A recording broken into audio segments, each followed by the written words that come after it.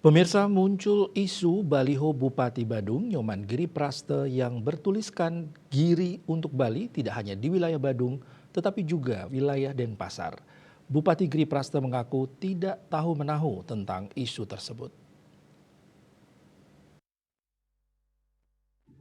Hal ini disampaikan Bupati Badung Nyoman Giri Praste dengan senyum saat menanggapi pertanyaan wartawan dalam kesempatan penyerahan hibah. Bupati Giri Praste tidak bersedia membeberkannya. Ditanya dirinya akan maju dalam Pilkada Bali, Bupati Giri Praste mengaku tidak ada rencana demikian. Ia juga menambahkan dirinya tetap menghormati keputusan Presiden kelima Megawati Soekarno Putri. Terkait adanya baliho Praste untuk Bali bagaimana? Nggak tahu, maaf, itu kan nggak tahu kalau itu urusan. Nanti jangan bilang saya nyuruh ya. Nanti jangan tahu. Itu siapa ya masang?